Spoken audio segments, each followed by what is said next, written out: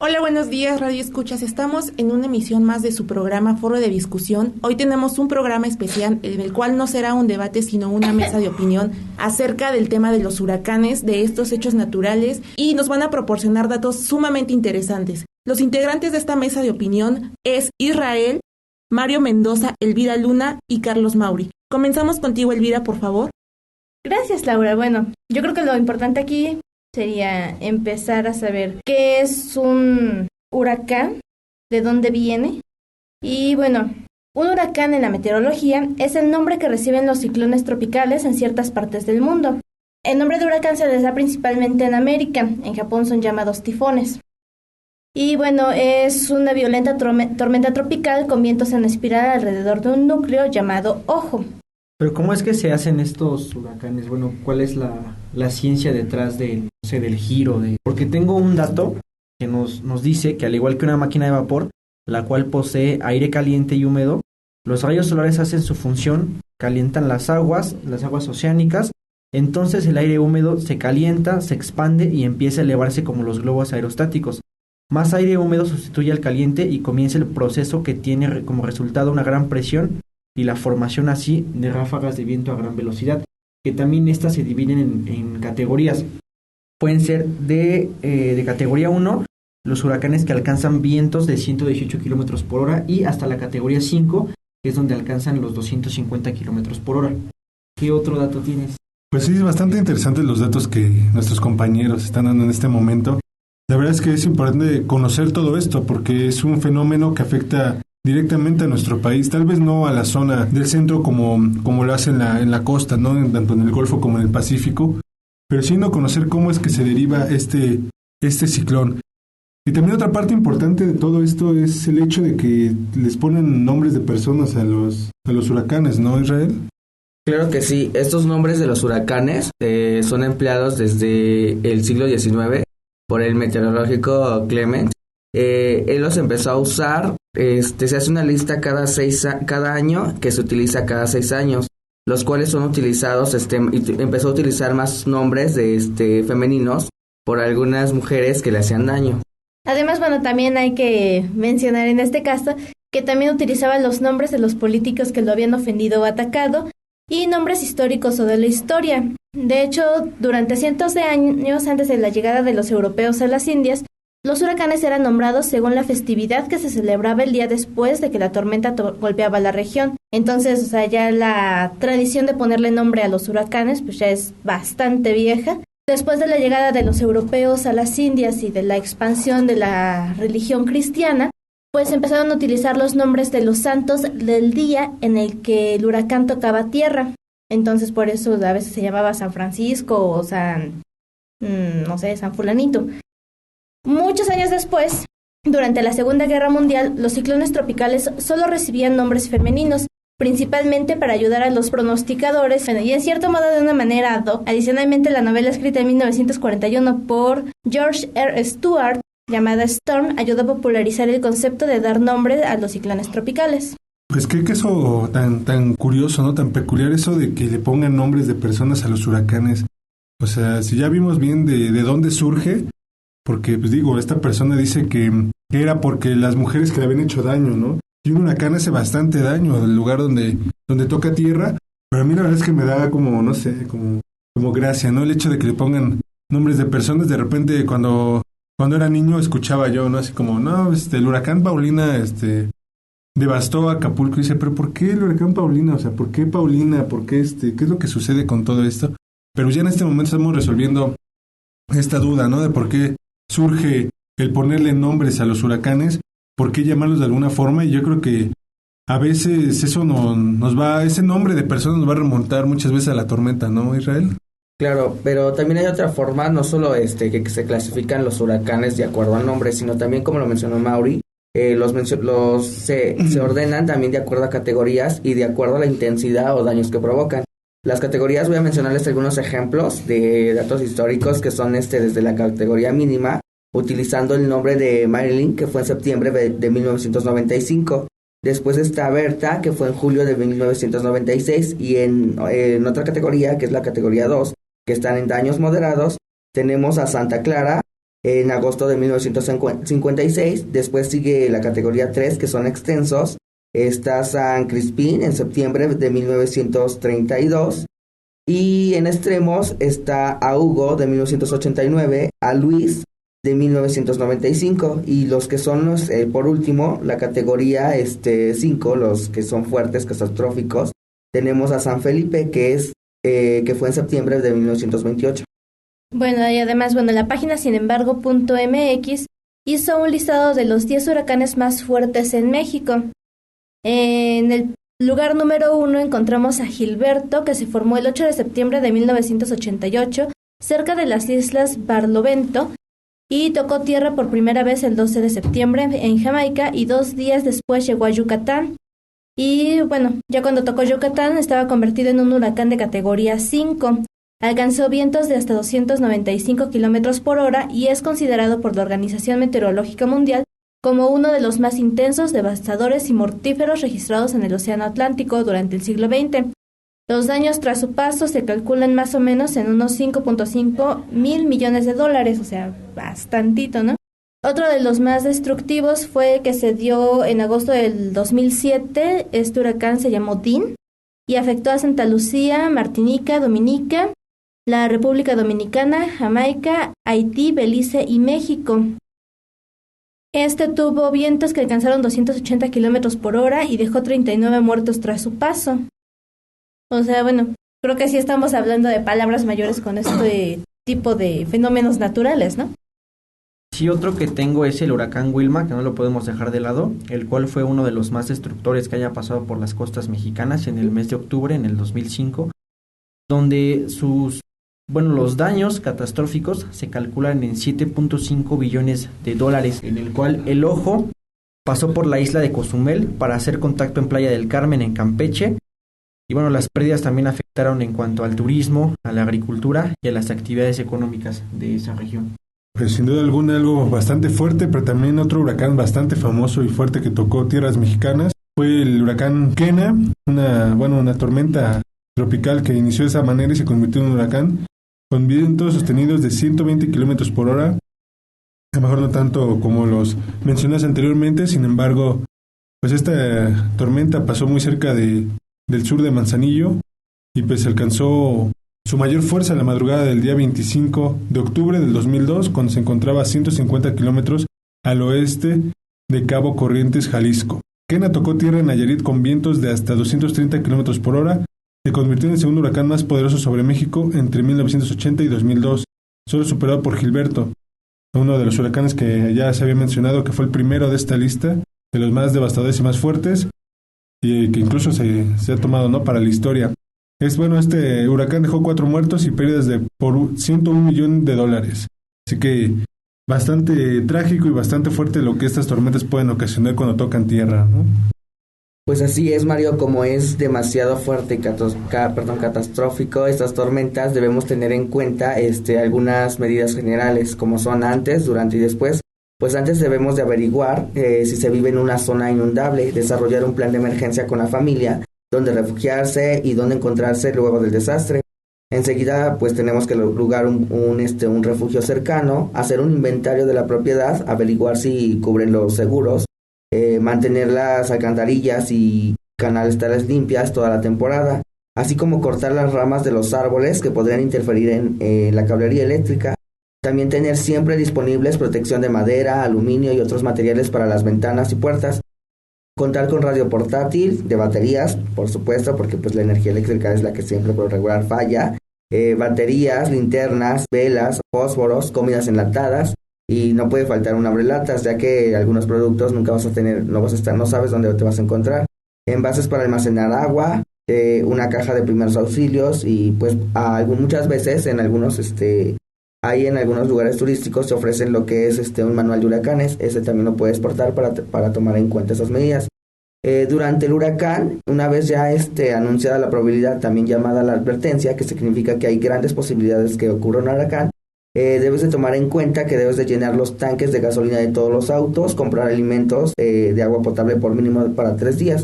Esto es durante, y pues ya para finalizar después, que está ya después del huracán es no perder la calma y la paciencia y organizar los grupos de ayuda, avisar a familiares y amigos y regresar al lugar de refugio donde quedaste con tu familia.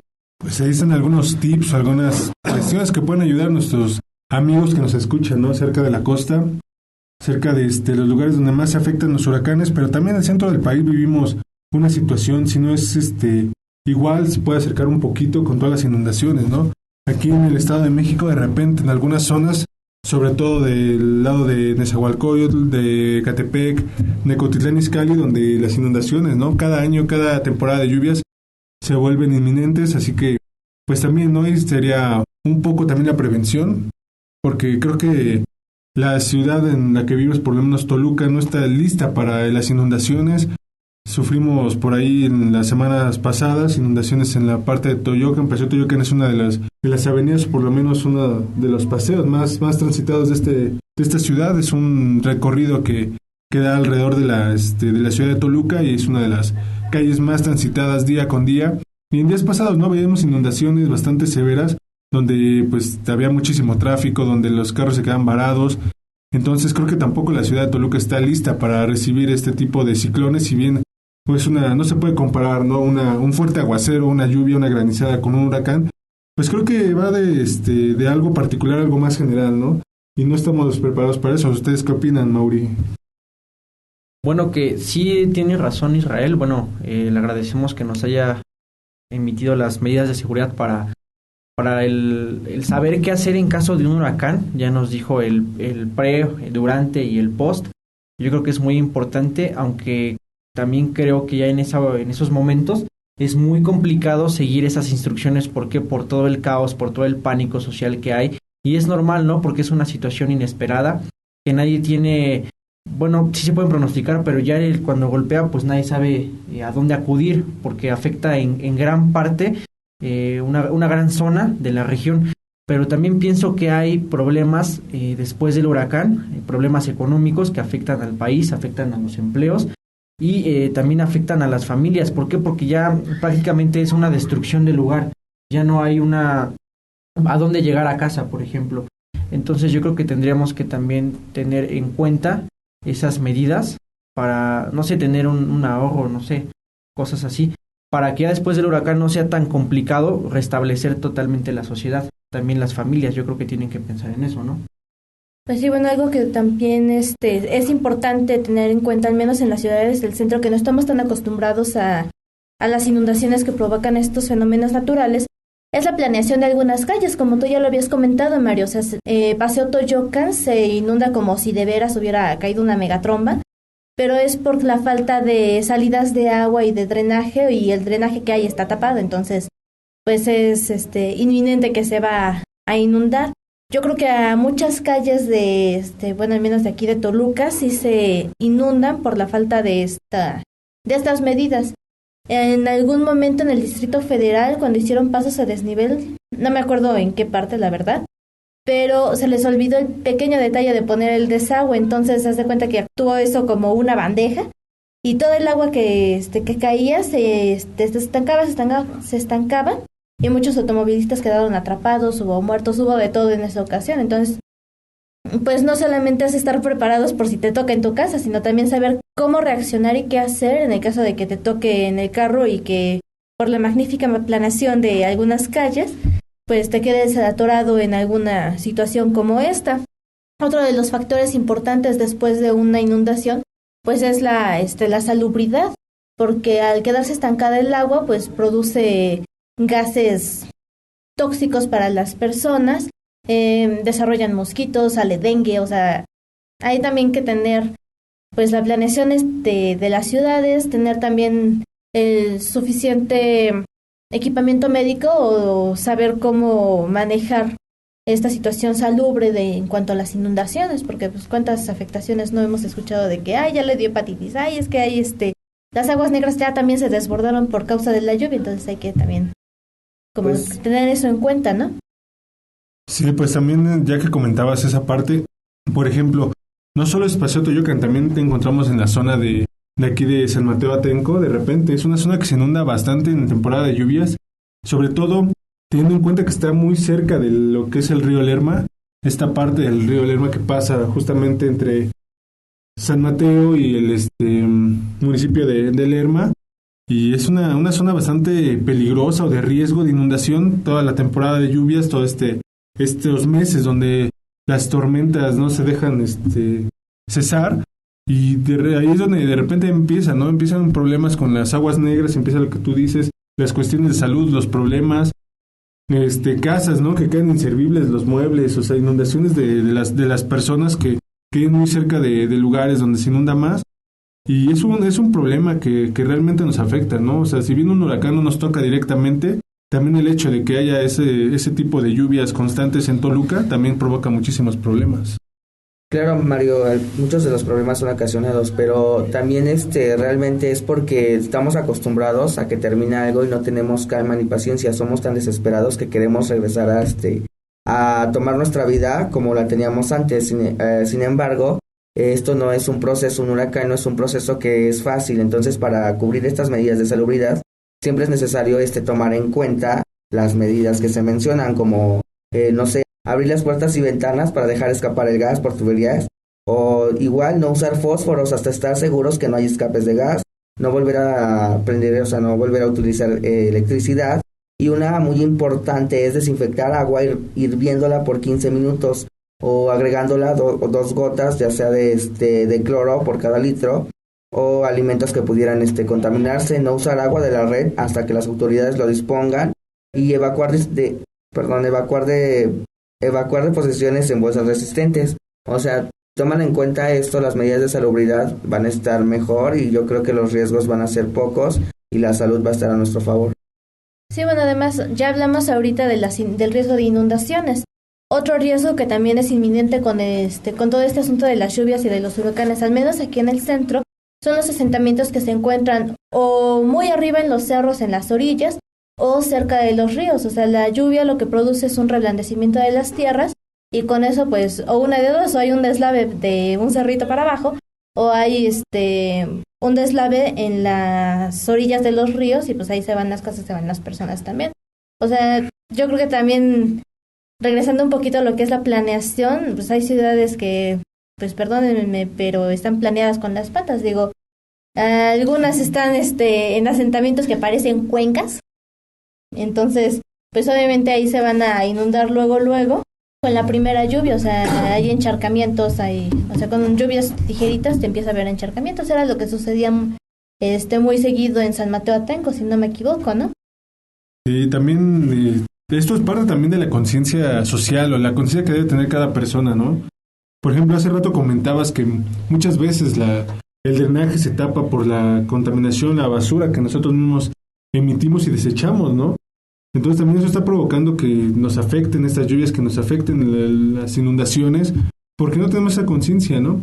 De repente, hace tiempo me enteraba que cuando estaban limpiando, o por lo menos estaban revisando la cuestión del drenaje en la zona de Toluca, decían que encontraban hasta colchones en las coladeras. O sea, decían, ¿por qué está tapado esto? Y de repente llegaban, y lo que estaba obstruyendo el paso del agua eran colchones. O sea, realmente es una mala educación la que tenemos. No puedo decir que todos, pero por lo menos la mayoría de las personas las que afectamos, ¿no? Toda esta cuestión de tiraros a la basura, de no saber, no tener esa conciencia y saber que el daño es para nosotros mismos.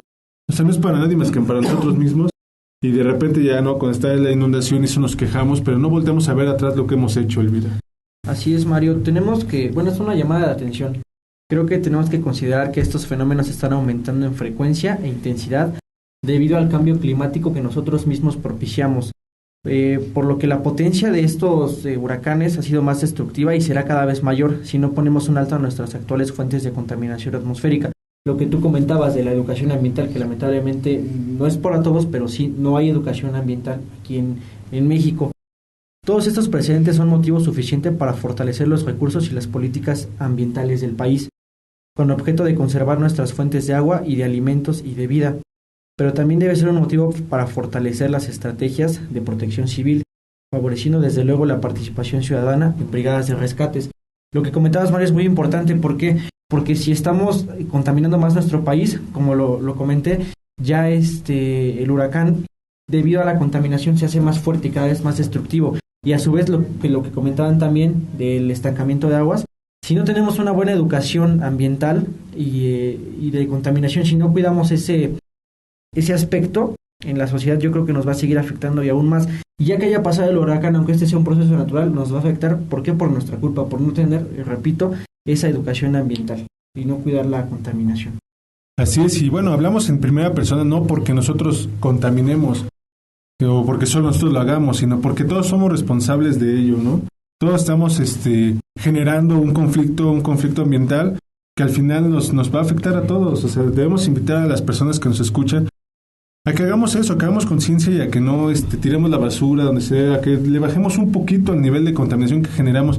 Si bien hay cosas que son imposibles, pues bueno, vaya, debemos empezar a erradicar otras cosas, ¿no? Otras cosas que a lo mejor son más simples o que realmente no son indispensables en la vida para que empecemos a evitar de alguna forma este tipo de ciclones, porque debemos recordar, o sea, a lo mejor muchas personas dicen, bueno, en algún momento yo me muero, me voy de este mundo y pues me vale, ¿no? Lo que venga, pero también esa es la parte de responsabilidad que tenemos con las generaciones futuras que vienen detrás de nosotros y que debemos dejarles tal vez algo mejor, ¿no? De lo que nosotros teníamos, o si no, por lo menos que encuentren lo que nosotros estamos viviendo en este momento, Israel. Pues sí, así es, Mario, pero mira, lo que pasa, como lo están mencionando, es la educación ambiental. Pero si te das cuenta, muchas veces esta educación no es general, o sea, lo que pasa y lo que ocurre es en zonas un poco marginales. No con mencionar esto voy no estoy denigrando a estas personas, sino lo que pasa es que no hacen conciencia, o igual es lo mismo, no tienen los recursos necesarios para poder evadir o para poder no sé, informarse de cómo mantener el ambiente. Pero pues creo que esto no es una cuestión difícil de hacerlo, pero porque al final, o sea, si lo hacen y aplican bien las medidas o no sé, actúan de forma consciente en cuanto a lo que es en cuanto a lo de medidas de prevención de los huracanes, o un poquito más valorando sus situaciones, su situación personal, valorar sus vidas, yo creo que al final van a salir los que no van a salir perjudicados son ellos, los que van a salir a favor pues van a ser ellos mismos, porque si te das cuenta son las zonas con bajos recursos las que siempre terminan afectados, porque muchas veces, bueno, muchas noticias no son como que te dan de las mejores zonas, siempre pasan el lado pobre de lo que son de todas las ciudades, siempre es el lado pobre, nunca ves un lado bien. Pues ¿por qué? Por lo mismo, por la educación ambiental que tienen, porque ahí donde ellos viven no están llenando coladeras, o pasa si no hay coladeras llenas. Sin embargo, vas a otras zonas donde sí ya son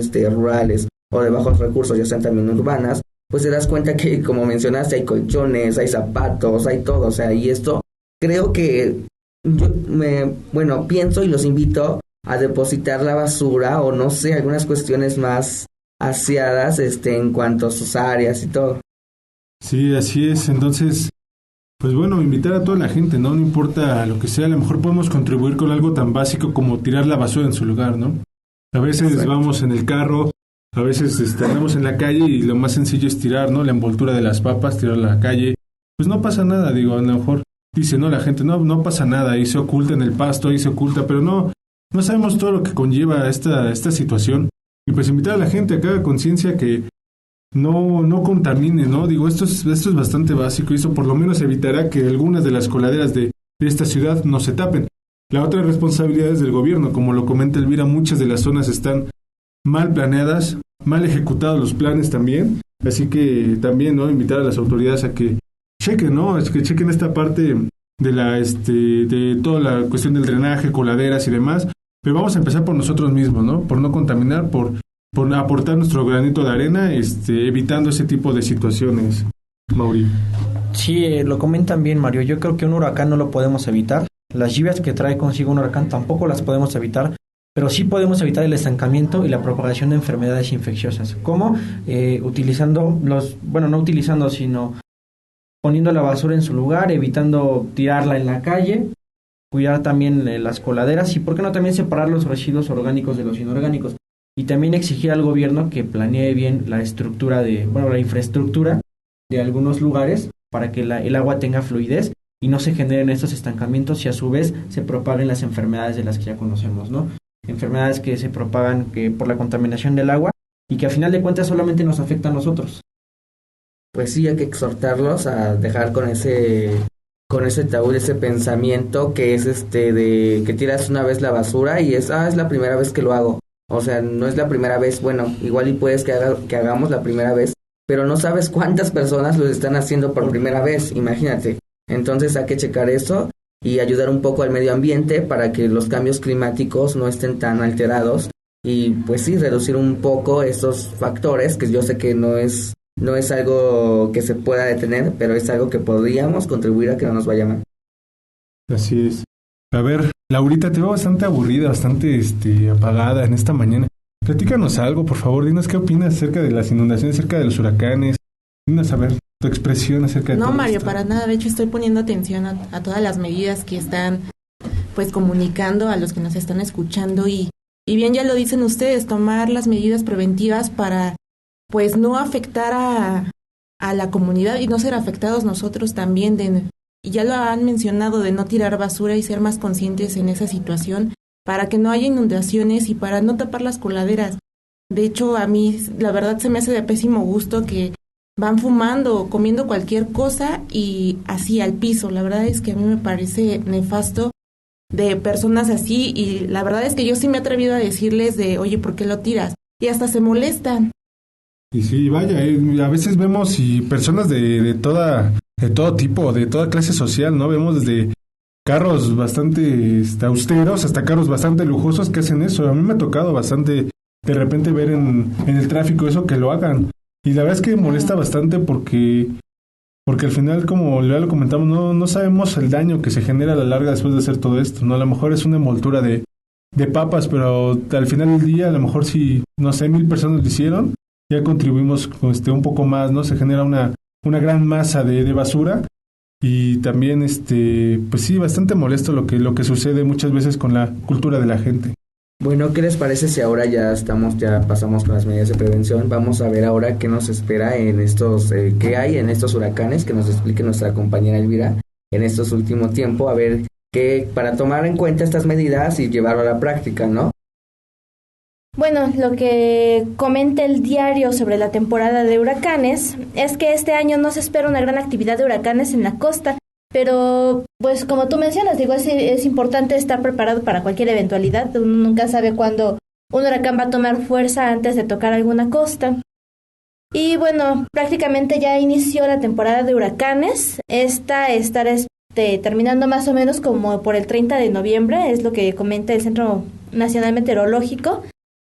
Y bueno, estas asociaciones lo que nos dicen es lo que tú y yo también nos estabas comentando, de tener por lo menos 1 galón de agua por persona, idealmente para 7 o al menos 3 días, alimentos no perecederos, tener un botiquín de primeros auxilios, linternas, baterías, siempre tener un tanque de gasolina o tener el auto lleno de gasolina, aunque ya está bien cara.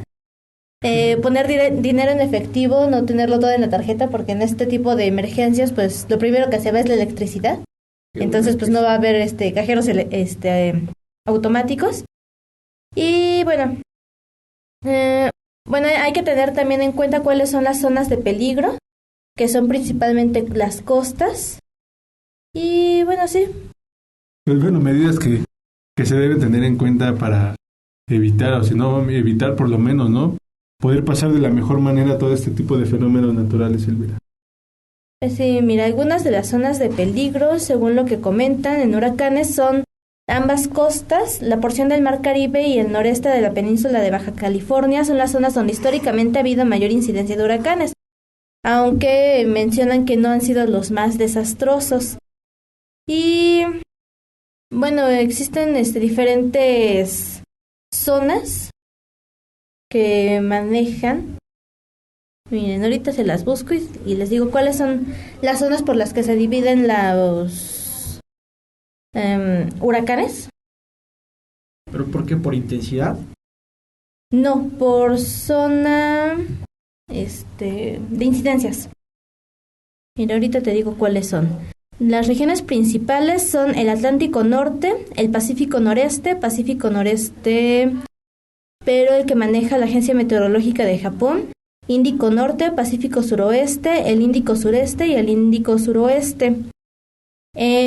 Estas zonas se incluyen en el Océano Atlántico Norte, es la región más estudiada de todas. Esta incluye el Océano Atlántico, el Mar Caribe y el Golfo de México. La formación de ciclones tropicales varía ampliamente de un año a otro, oscilando entre 20 y 1 por año, con una medida de 10. La zona atlántica de Estados Unidos, México, América Central, las islas caribeñas y Bermudas son las que más se ven afectadas por estos fenómenos. Colombia, Venezuela y el sureste de Canadá, así como las islas Macaronesias, también se ven afectadas ocasionalmente. En la zona del Océano Pacífico Noreste, es la segunda región más activa del mundo y la más densa. Las tormentas que se forman aquí pueden afectar al oeste de México, Hawái y al norte de América Central y en ocasiones a California. En el Océano Pacífico Noroeste, la actividad tropical en esta región afecta frecuentemente a China, Japón, Filipinas y Taiwán, pero también a otros países del sudeste asiático como Vietnam, Corea del Sur e Indonesia. En el caso del Océano Índico Norte, esta región se divide en 2 áreas, la Bahía de Bengala y el Mar Arábigo. En el Océano Pacífico Suroeste afecta mayoritariamente a Australia y al resto de Oceanía. En el Índico Sudeste afecta a Australia e Indonesia. Y en el Índico Suroeste afecta a Madagascar, Mozambique, la isla Mauricio y Kenia. Pues prácticamente nosotros nos deberíamos de preocupar más por los Pacíficos y el Atlántico, que son los que directamente nos golpean. Gracias. Bueno, amigos radioescuchas, ahí tienen las medidas preventivas de estos hechos naturales y nos proporcionaron datos muy interesantes. Y esto ha sido Foro de Discusión. No se pierdan la próxima emisión del programa.